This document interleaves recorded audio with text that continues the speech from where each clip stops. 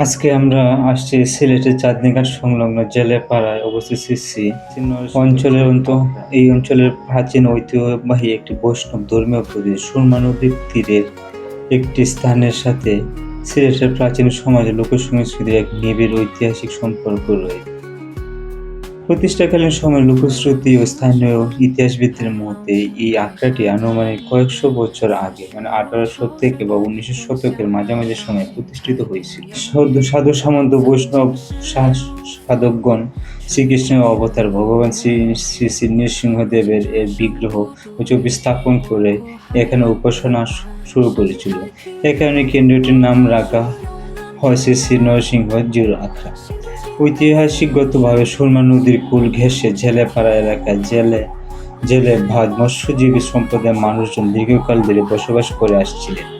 প্রাচীনকালে স্থানীয় মৎস্যজীবী সম্প্রদায় বৈষ্ণব ভক্তদের প্রত্যক্ষ সহযোগিতা পৃষ্ঠপোষকতায় আখড়াটির সম্প্রসারণ ঘটে।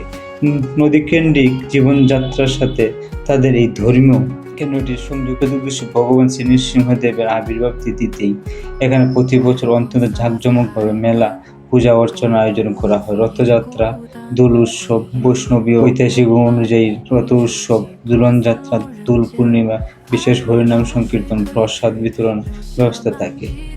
শতবর্ষ অধিক সময় ধরে এটি শুধু উপাসনা নয়, স্থানীয় হিন্দু ধর্মাবলম্বীদের জন্য একটি অন্যতম গুরুত্বপূর্ণ সামাজিক ও সাংস্কৃতিক মিলন কেন্দ্র হিসেবে ব্যবহৃত হয়ে আসছে।